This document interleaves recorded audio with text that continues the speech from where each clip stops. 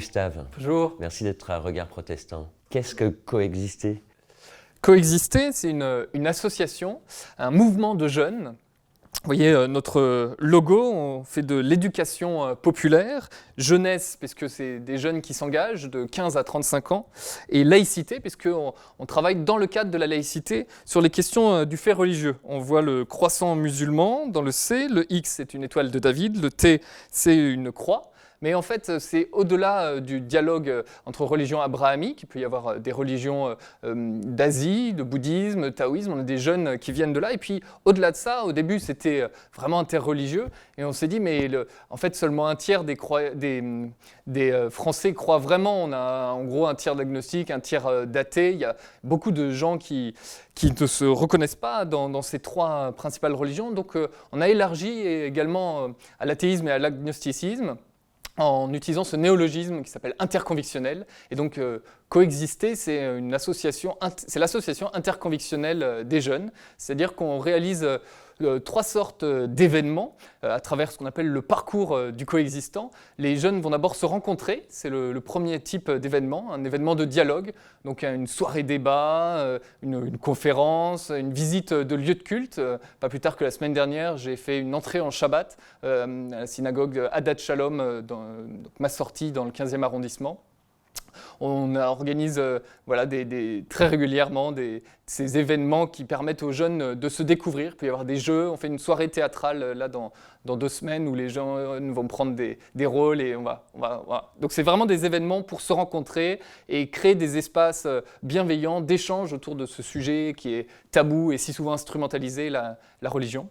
Le deuxième type d'événement, c'est des événements de solidarité où on va faire ensemble, on va mettre nos convictions religieuses au service du bien commun. On fait de la religion un levier pour... Voilà. Donc le premier événement, en 2009, c'est l'événement fondateur de Coexister, c'était un don du sang. En 2009, il y avait déjà une opération en Israël-Palestine, l'opération Plomb Durci.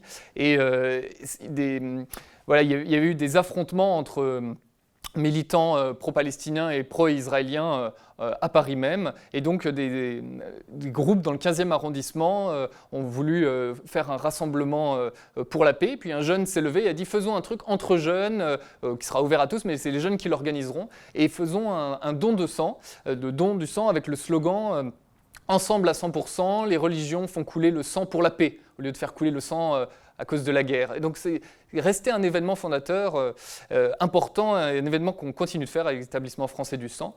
Et donc ces événements de solidarité, ça peut être également des maraudes, des distributions de repas, des collectes de jouets et de vêtements. Voilà. Donc c'est important pour nous de ne pas se limiter au théorique, au dialogue, mais aussi de faire ensemble et d'avoir un moment après où on a divergé, où on a bien compris nos différences, comment les articuler, un moment où on se rassemble dans un objectif commun. Le slogan de Coexister, ou en tout cas le leitmotiv, une phrase qu'on dit souvent, c'est « diversité de conviction, unité dans l'action ». Il y a une diversité de convictions, de cultures en France. L'unité, on ne la trouvera pas en unifiant cette diversité de convictions, mais on la trouvera en réalisant qu'il y a un besoin d'action commune pour le social, pour l'environnement, voilà, pour différents sujets.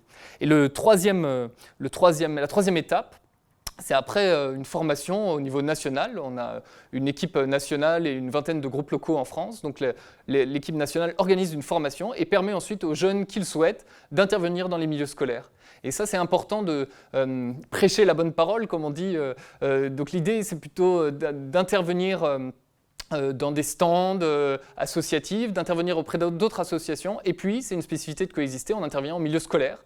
On n'est pas prêtre, rabbin, imam, on a des facilités en tant que jeunes bénévoles d'intervenir. Et puis comme on est jeunes, comme on est des étudiants, c'est plus facile de parler à un lycéen, de parler à un collégien. Il y a un rapport presque de grand frère qui s'établit. C'est plus le professeur du haut de sa chaire et donc un rapport de confrontation. Non, on arrive avec les bons termes à établir un lien et à ouvrir le dialogue sur un sujet qui est tabou dans la société, mais qu'il est encore plus dans le milieu scolaire. Donc on aborde ces questions de conviction, il faut y aller avec doigté, on a et rigueur sur les sujets de laïcité, ce que dit la loi. Et donc on a des petits jeux qui permettent aux jeunes d'échanger pendant 1 heure au cours de cette formation. Donc Coexister fait tout ça, fait ces événements pour que les étudiants et les jeunes adultes, les jeunes professionnels se rencontrent et apprennent à s'engager pour le bien commun, et puis intervient dans la société pour diffuser cette bonne pratique. On pense que la France est très fracturée par ces questions de religion. Ça vient du contexte international, mais aussi interne, beaucoup de préjugés, d'antisémitisme, de méconnaissance de l'islam qui crée également de l'islamophobie, sans parler du protestantisme, qui est vraiment pas compris, même s'il y a peu de préjugés négatifs, il y a un besoin de connaissances. Et donc c'est ce qu'on vient faire. Et en fait, il y avait déjà des associations interreligieuses qui existaient déjà.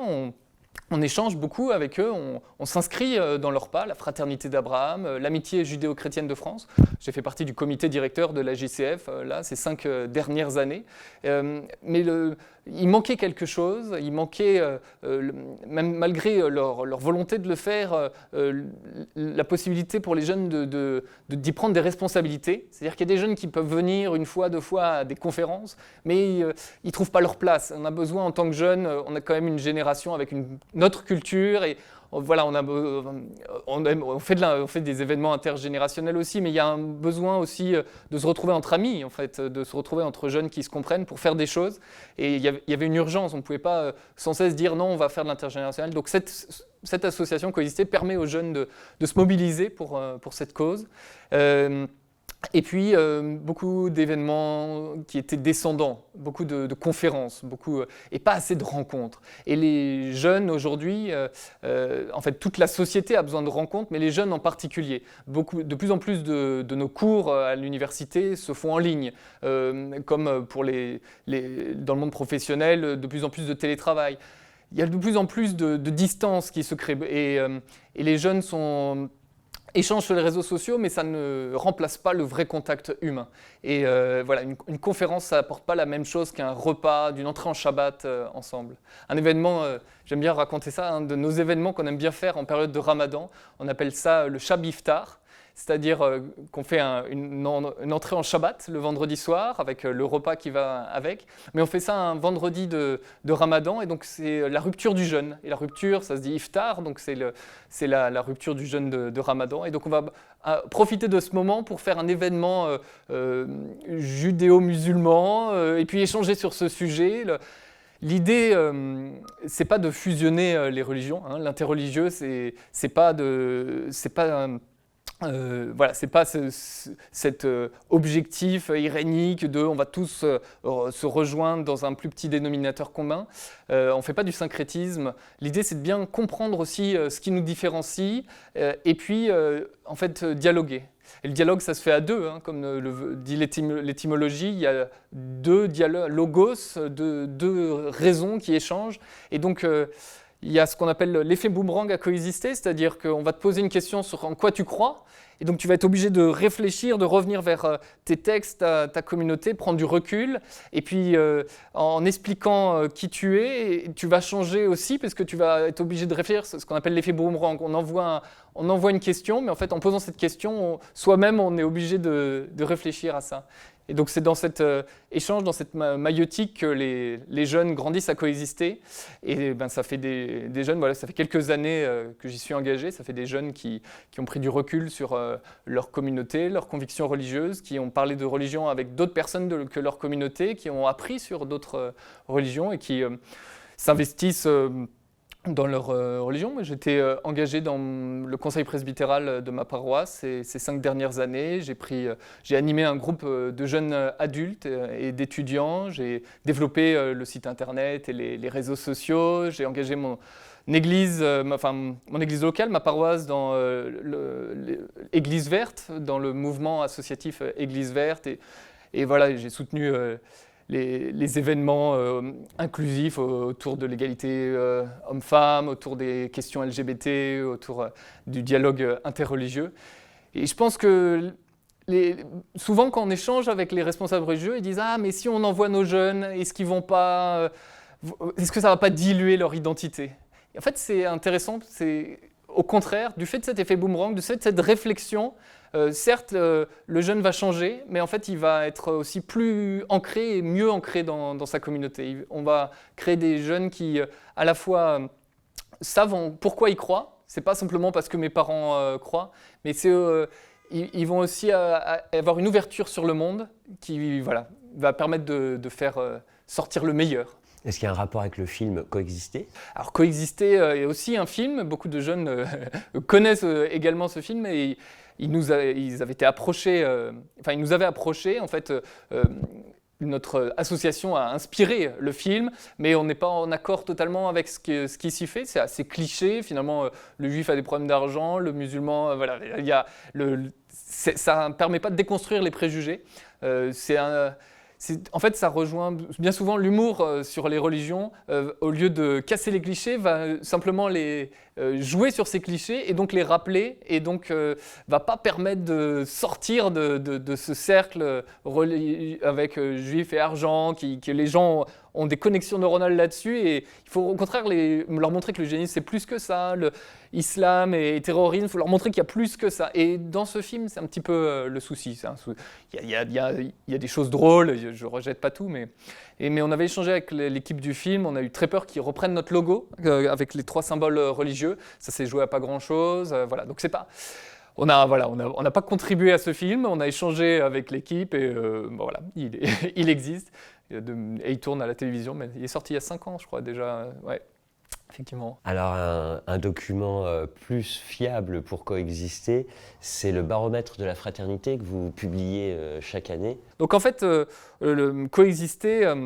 Après les attentats de 2015, à la suite des attentats de novembre 2015, a créé un hashtag qui s'appelait Nous sommes unis, qui a eu un certain retentissement sur les réseaux sociaux, qui a même été projeté sur la Tour Eiffel dans la nuit de novembre 2015. Et puis il y a eu une tribune avec beaucoup de gens de divers milieux, mais de toutes les religions, mais aussi le Grand Orient de France, mais voilà, de plein d'associations, de syndicats qui ont signé une tribune Nous sommes unis. Il faut dépasser la diversité, ne conduit pas nécessairement à la division, il faut dissocier tout ça. Donc il y avait une tribune qui a été construite. Et à la suite de ça, en 2017, c'est créé une association, le Labo de la Fraternité, qui conduit un sondage chaque année sur l'état d'esprit des Français autour de la fraternité, les questions d'optimisme, le sentiment de solitude, comment la France est perçue, est-ce que c'est un pays de fraternité, de tolérance. Et donc on interroge les gens sur une série de questions qui renvoient aux discriminations, qui renvoient aux besoins de rencontres. Et on fait un suivi pluriannuel. Et donc ce rapport vient apporter un éclairage aux chercheurs, aux journalistes sur la perception de cette valeur et de ce principe républicain qui est la fraternité.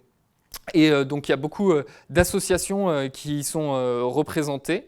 On pourrait, je pense, en ajouter des protestantes et des scouts protestants. C'est mon vœu. Mais il y a des associations de plein d'origines différentes. Dernière question, Gustave, vous êtes formateur à Coexister. Est-ce que vous faites appel aux protestants ? Mais nous avons un conseil scientifique où siège Valentine Zuber, par exemple, où nous interrogeons Jean Bobéro. On est assez aligné avec sa recherche, ses études sur la question de la laïcité. Il y a des crypto-protestants comme Nicolas Cadenne, et puis des protestants, mais moi j'ai beaucoup échangé avec les différentes commissions de la Fédération protestante de France sur l'islam. Avec Pierre Lacoste, qui longtemps était président de cette commission, et puis maintenant Isabelle Veillé. On a de même sur le judaïsme une commission avec Serge Wüthrich. On a échangé à plusieurs reprises, et ça c'est un apport, c'est tout à fait intéressant. Et Et voilà, donc ça c'est un apport scientifique, de recherche, et puis de réseau. Ça c'est coexister, s'appuyer également et a besoin des protestants. Je pense que le protestantisme, de fait de son histoire, de fait de sa théologie, a beaucoup à apporter au dialogue interreligieux. Il a souvent été souligné des affinités électives avec le judaïsme, mais en fait avec l'islam, la recherche montre qu'il y a aussi des choses que nous avons en commun, et même dernièrement sur la construction d'une représentation de l'islam en France, la Fédération protestante a apporté beaucoup de choses, puisque du fait de la diversité de la Fédération protestante, en fait, il y a quelque chose qui est assez proche dans l'islam, et on ne peut pas demander à l'islam de se construire comme une conférence des évêques de France avec un seul porte-parole qui unifierait. Il y a une diversité de l'islam entre l'islam consulaire, c'est-à-dire entre Turcs, Algériens et Marocains ou d'autres religions, d'autres pays, et puis entre sunnisme et chiisme, mais aussi entre différentes approches vis-à-vis de l'islam qu'on retrouve chez les protestants, que ce soit plus orthodoxes, voire fondamentalistes, plus modernes, plus libérales. Voilà, cette diversité qui existe dans le protestantisme se retrouve aussi dans l'islam, et l'islam essaye de se construire aujourd'hui une représentation, c'est nécessaire pour les aumôniers notamment, nécessaire pour dialoguer avec l'État, que les protestants peuvent et apportent aujourd'hui. Donc oui, je pense que en tant que jeune protestant à coexister, j'avais déjà une appétence pour le dialogue interreligieux et une connaissance du fait minoritaire qui m'a aidé, et j'invite les autres jeunes protestants à s'engager dans des associations de dialogue interreligieux comme Coexister. Merci Gustave de nous avoir fait découvrir Coexister et le baromètre de la fraternité. À bientôt. Merci.